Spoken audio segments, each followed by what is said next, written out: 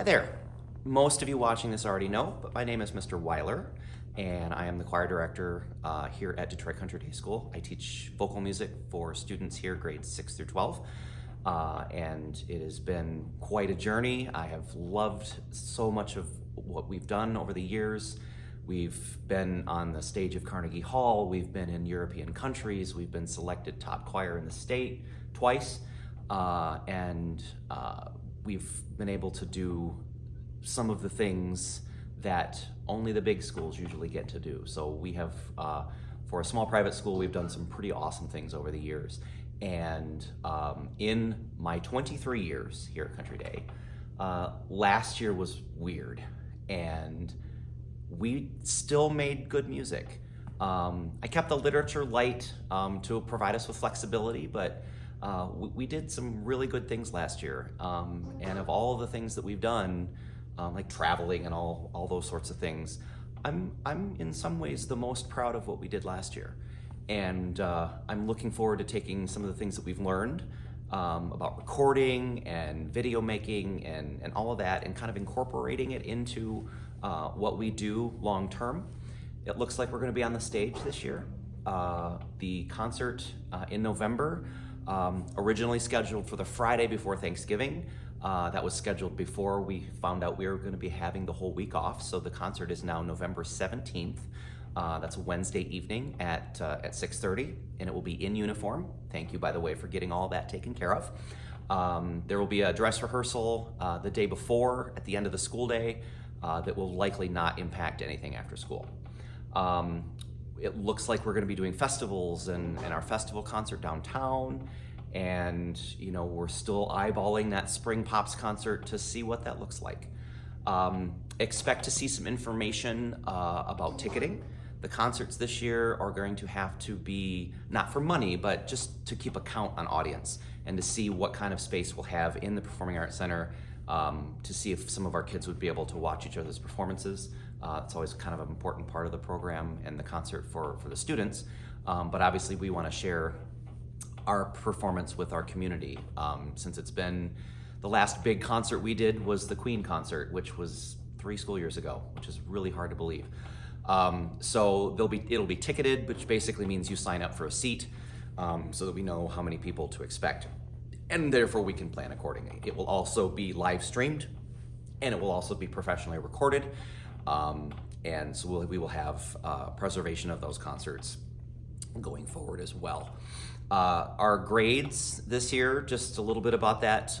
We have 2 pieces of software. We did lighten up on these last year pretty substantially. Again, I just wanted to keep things as smooth and easy and low stress as possible. But it is important for us musicians to be able to continue those skills. So we will have Sight Reading Factory, where we practice literally reading music, and Breezing Through Theory, where we learn how to recognize symbols and meanings of the things that you find here on the printed score. Those are minimal charges. There's going to be, I think, a 30, I can't remember the number right offhand. You'll see something that says choir lab fee, and that basically just covers the charges of the music software, not the music itself, but and the occasional, you have to replace folders now and then because sometimes the kids are kind of hard on them. But for software, for the website subscriptions and those sorts of things, just to keep the charges pretty simple. Uniforms, you'll see the charges for those. If you needed new uniforms and ordered them, hopefully those will show up with pretty clear descriptions and things like that. Otherwise, the name of the game is to be a team player, be a part of the choir. There's no second stringers in choir. We are all a part of this. We've got a group of 40, really strong in every section. Some fantastic new people in the group. Our goal this year as a vocal music program at Country Day is to just relish in the opportunity to be back on stage wherever those opportunities come up. In the classroom, we are fully masked and holding up to the 3-foot distance. You can kind of see behind me, we've got all 4 steps and some chairs. We also have 2 they're called molecule air filter cleaners. They are an order of magnitude higher or better in terms of the particles they filter out of the air than even HEPA filters. So we've taken extra precautions to make the choir room as absolutely safe as possible. And so we're able to make some great music. And just, I want people to come in and be able to kind of let the worries float away and just enjoy the music that we're doing. We're doing some incredible music here right at the beginning of the year. But we're going to also be thinking about outreach. The global respiratory pandemic has been pretty tough on middle school choral programs around the country.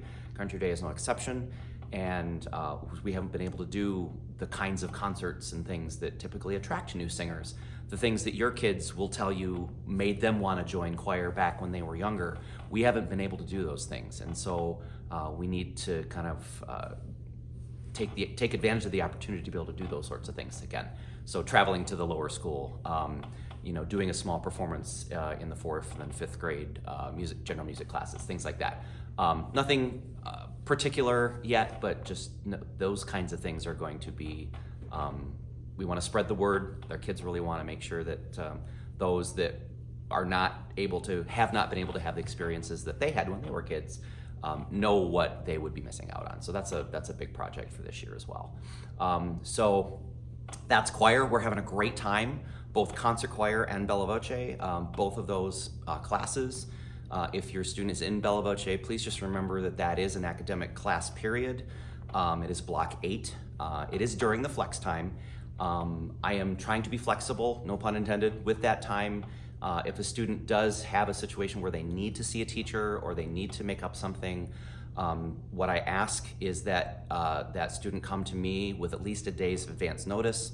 I can work. Oftentimes it might be what part of the class to miss, or this is a really important day, could you maybe do it tomorrow, or maybe even miss block 1 and concert choir instead of block 8, or vice versa. There are ways to work that, but I want to just make it clear that it is not